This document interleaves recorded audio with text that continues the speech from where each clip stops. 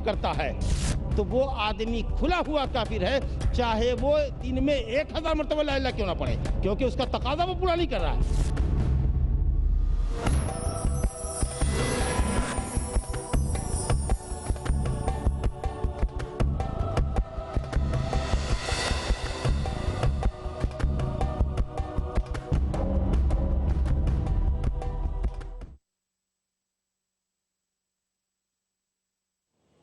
اللہ رب العالمین اپنے افعال میں، جس کو توحید ربوبیت کہتے ہیں کہ وہ ہمارا خالق ہے، رازق ہے، مالک ہے، حیات و موت کا مالک ہے، کائنات کی تدبیر چلاتا ہے، تو رب العالمین اپنے افعال کے اعتبار سے یگانہ و یکتا ہے۔ پوری کائنات کو بنانے میں اللہ رب العالمین کا کوئی پارٹنر نہیں رہا،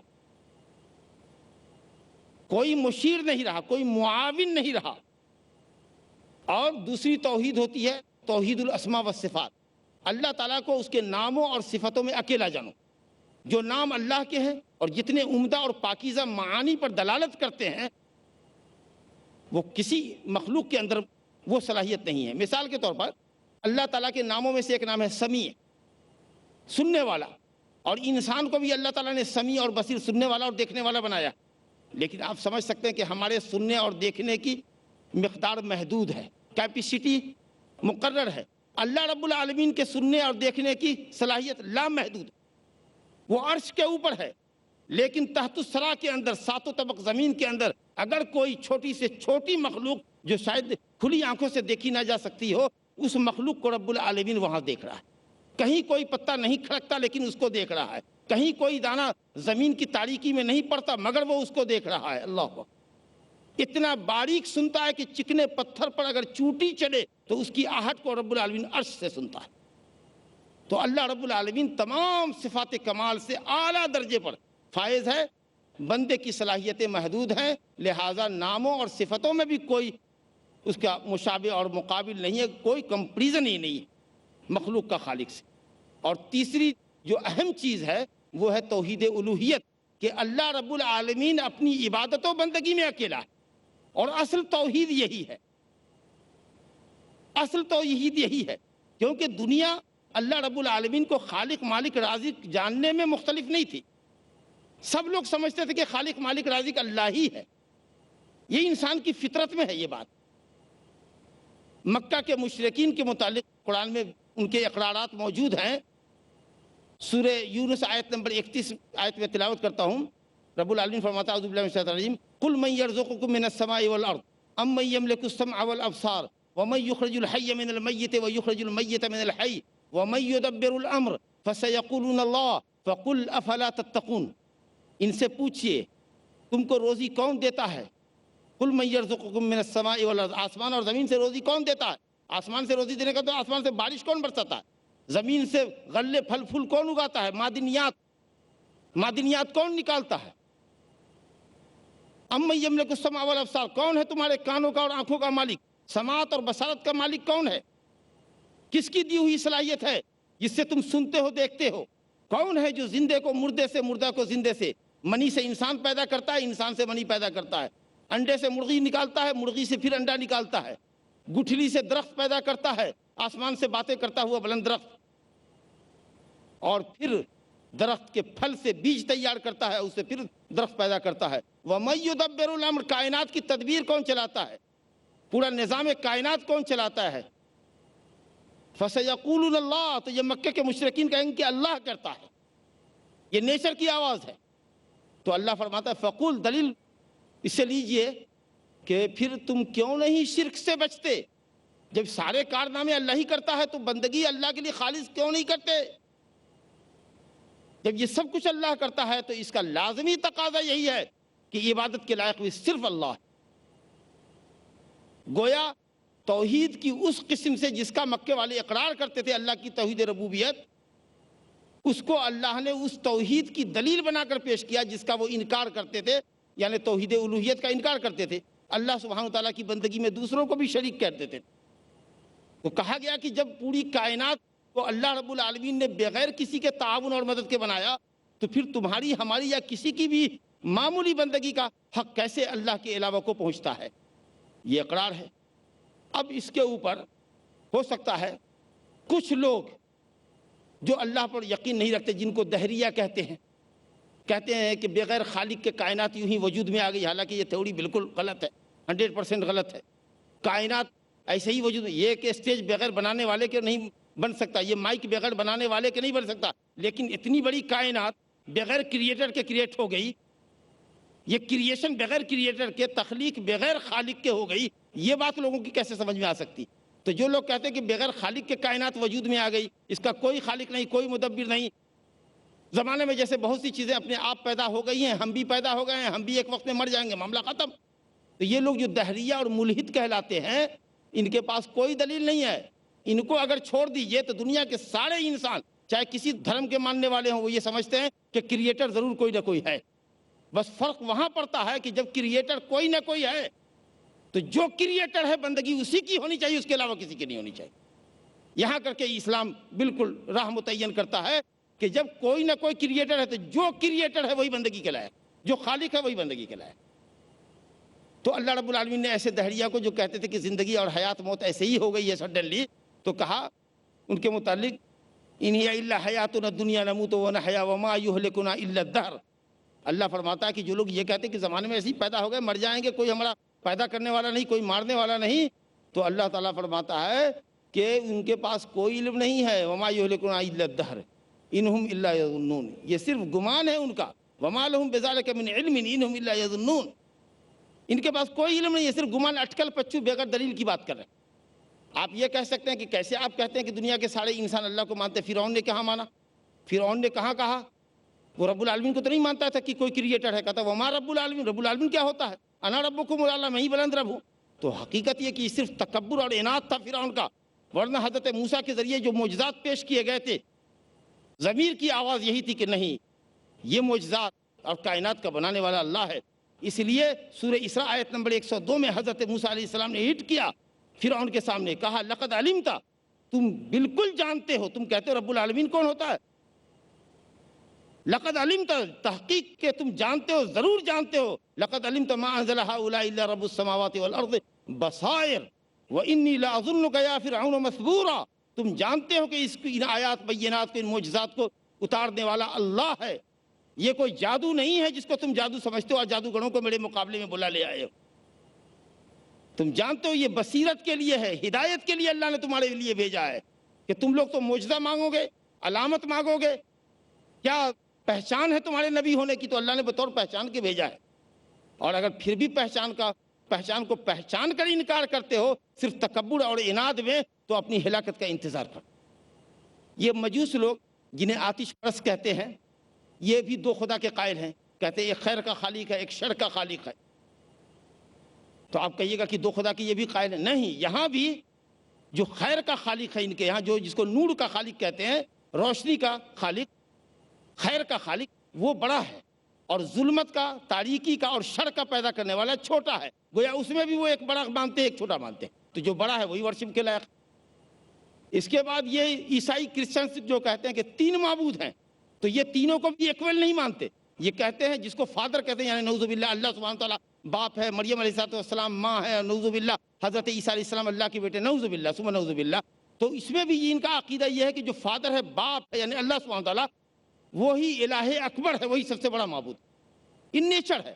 غرض یہ کہ اللہ کی توحید ربوبیت کے، اللہ تعالیٰ نے پوری کائنات بنائی، تدبیر اس کا چلتا ہے، حکم اس کا چلتا ہے، اس میں کہیں کوئی اعتراض نہیں تھا، سوائے ان کے جو دہریہ کہلاتے ہیں، جن کی فطرت ہی ٹیڑھی ہے۔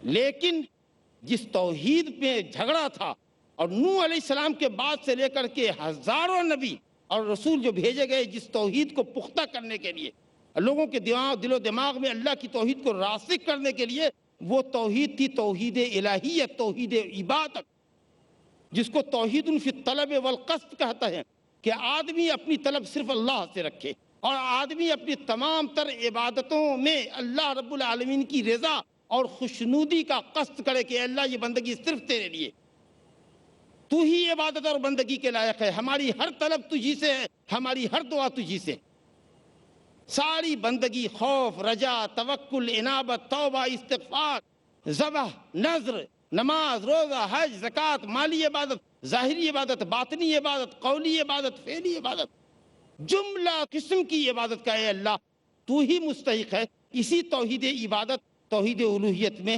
جھگڑا تھا. چنانچہ جب مکہ کے مشرکین کے سامنے آپ نے ایک اللہ وحدہ لا شریک لہ کی وحدانیت کی دعوت دی تو مکے والوں نے کہا, بڑے عجیب اچھا ٹرننگ موڑ ہے یہاں پر, ذرا سا غور کیجئے گا.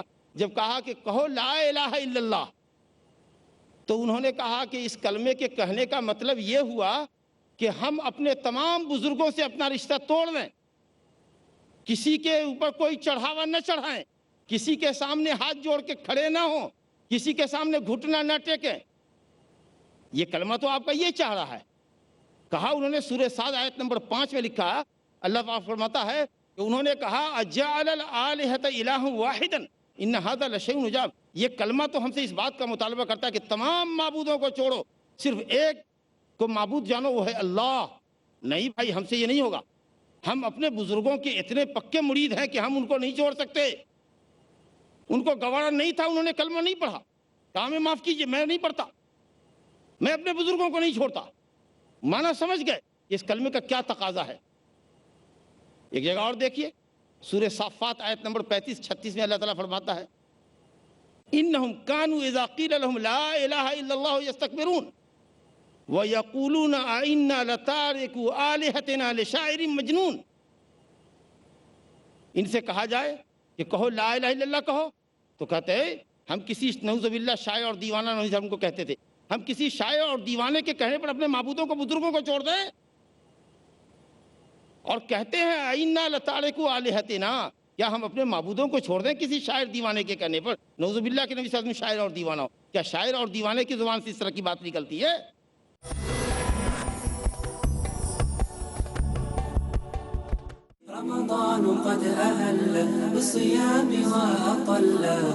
السلام علیکم ورحمۃ اللہ. میں محمد اشفاق سلفی, پیس ٹی وی اردو کے جملہ ناظرین کو ماہ رمضان مبارک. This Ramadan. Welcome, O Ramadan. The month of mercy and blessings. Fasting does not mean to stay hungry and thirsty and make it troublesome for you. Fasting is an act of self-restraint. Do not speak evil. Do not see evil. Do not think evil. Do not do anything indecent. Fasting is a trial for the believers of Allah subhanahu wa ta'ala. Let's triumph in this trial according to the guidelines of Allah subhanahu wa ta'ala and the sunnah of Prophet Muhammad, peace be upon him. I'll be there for you all through this glorious month of Ramadan. Let's make it more fruitful and reward-worthy. Share it with me every day throughout this blessed month. Watch 1-hour exclusive episodes. Ramadan, a date with Dr. Zakir. روزانہ شام 6:30 بجے اور دوبارہ صبح 4 بجے India میں پیس T V Urdu پر. انسان کی ہو جاتی ہے لب کھلتے ہی پہچان رکھنا ہمیں قابو میں ہے ہر حال میں زبان. اجازت صاحب یہ بتائیے کہ حفاظت زبان کی ضرورت اور اہمیت کیا ہے؟ آصف حمید. قرآن مجید میں اس کی کیا رہنمائی ملتی ہے؟ وَقُولُوا قَوْلًا سَدِيدًا, بات کہا کرو صاف سیدھی سچی اور کھری. شریعت کے مطابق احترام کے قابل, پاک و صاف اور سچی. اس کے نتیجے میں تمہارے اعمال کی اصلاح ہوگی, گناہ معاف ہوں گے, اسلام کے دائرے میں ہو ہماری ہر بات, اور کامیابی بہت بڑی حاصل ہوگی. اعجاز لطیف. تو یہ قوت بیانیہ اللہ سبحانہ وتعالیٰ کی دی ہوئی نعمتوں میں سے ایک بہت بڑی نعمت ہے. کیوں اللہ نے بندوں کو دی ہے زبان کے صحیح استعمال کی نصیحت, زبان کی اہمیت. ہر پیر رات 10 بجے اور دوبارہ صبح 6:30 بجے انڈیا میں پیس ٹی وی اردو پر.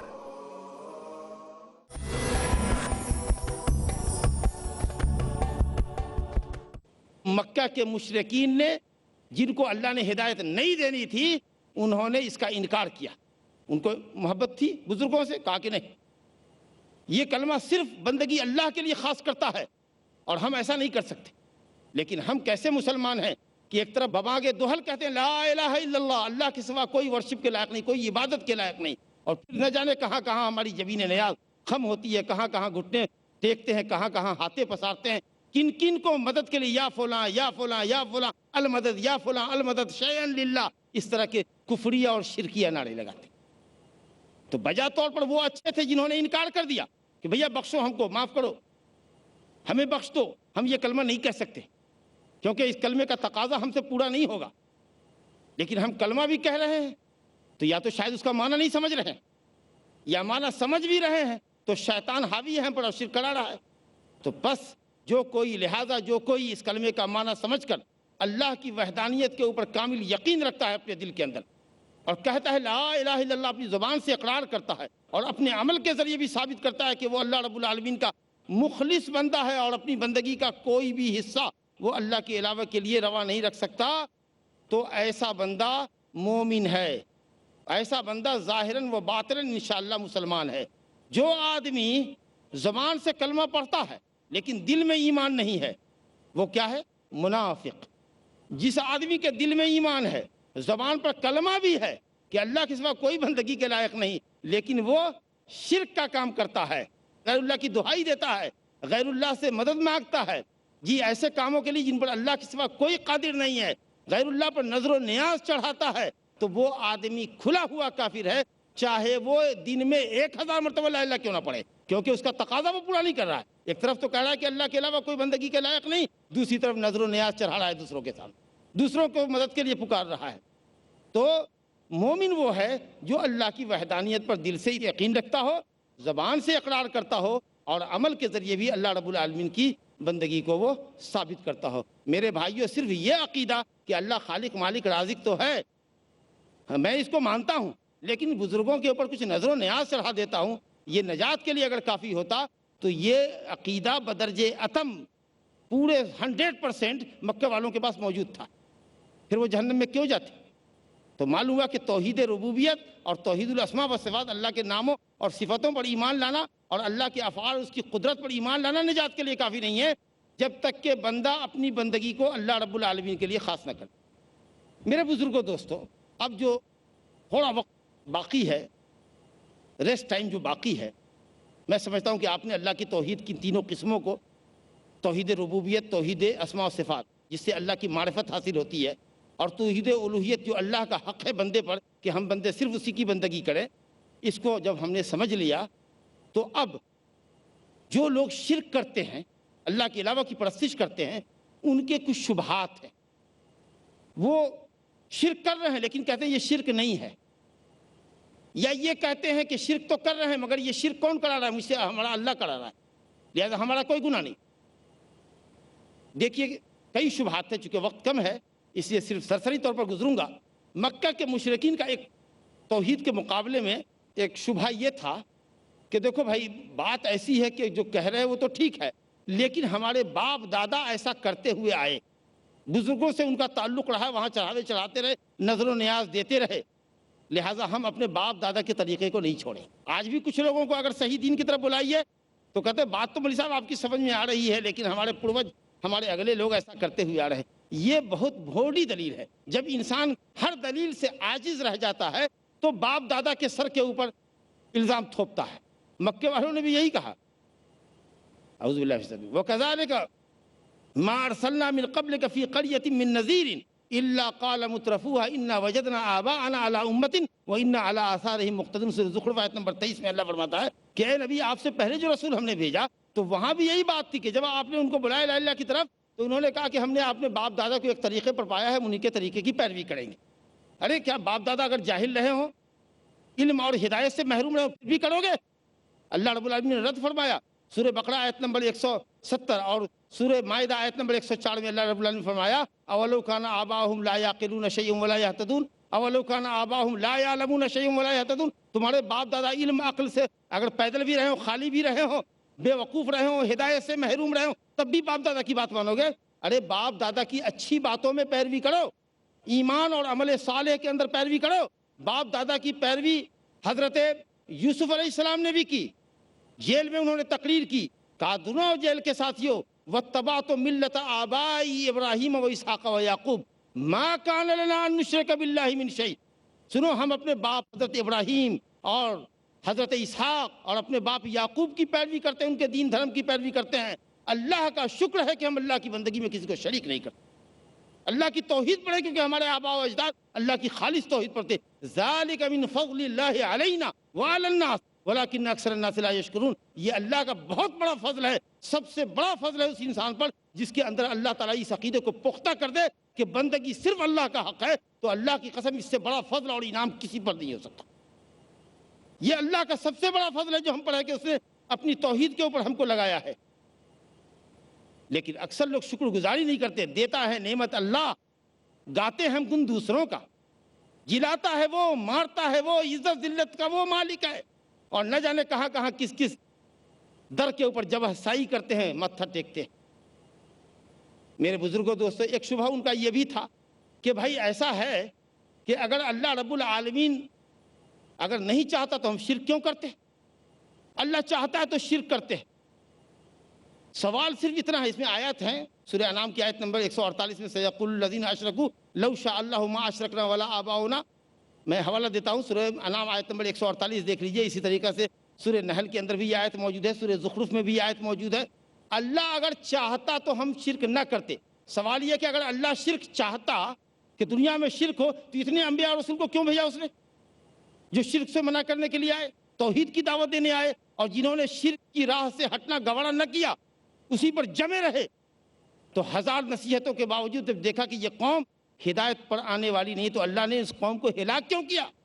فسیروا فی الارض فانظروا کیف کان عاقبۃ المکذبین. دنیا میں دیکھو مشرکین کا کیا حال کیا اللہ پاک نے, کیسے کیسے قوم سمود, عاد اور فرعون اور اس طرح کے لوگوں کو شرک کے نتیجے میں اللہ نے ہلاک کیا. تمہارا اگر یہ مطلب ہے کہ اللہ نے شرک کیوں پیدا کیا, برائیاں کیوں پیدا کی, ہمارے ہاتھ پر میں کیوں طاقت دی, میرے جیب میں پاکٹ میں پیسہ کیوں دیا, اگر ہم برائی کے اڈے پہ جا رہے ہیں تو ہاتھ پاؤں کیوں نہیں توڑ دیتا, اگر یہ مطلب ہے تمہارا تو یہ بالکل بھوٹی دلیل ہوگی. تم گولی کسی پر چلاؤ, بندوق چلاؤ, کہو غلطی میری نہیں ہے, اللہ چاہتا تو ہم بندوق نہیں چلاتے. ارے غلطی اس کی ہے جس نے بندوق بنائی, گولی بنائی. اللہ نے میرے ہاتھ کو شل کیوں نہیں کر دیا, میرا ہاتھ ہی نہیں چلتا. اگر آپ ایسا کریں کہ دنیا کی کوئی عدالت اس مجرم کو بخشے گی نہیں, تو اگر اللہ شرک چاہتا, کدھر شرک چاہتا ہے بھائی, ہے دلیل لاؤ. قل هل عندكم من علم فتخرجوه لنا, ہے کوئی دلیل لاؤ کہ اللہ شرک چاہتا ہے. اگر شرک چاہتا تو انبیاء رسول کو کیوں بھیجتا. کچھ لوگ یہ شبہ کرتے ہیں کہ چلو بھائی مولوی صاحب کیا توحید کی رٹ لگا رکھا ہے. ارے ایک حدیث ہے نا, صحیح حدیث ہے, من قال لا الہ الا اللہ دخل الجنہ, جو لا الہ الا اللہ پڑھے گا جنت میں داخل ہوگا. ارے چھوٹی چھوٹی باتوں میں الجھے ہوئے ہو, غلط ہے, مغالطہ ہے.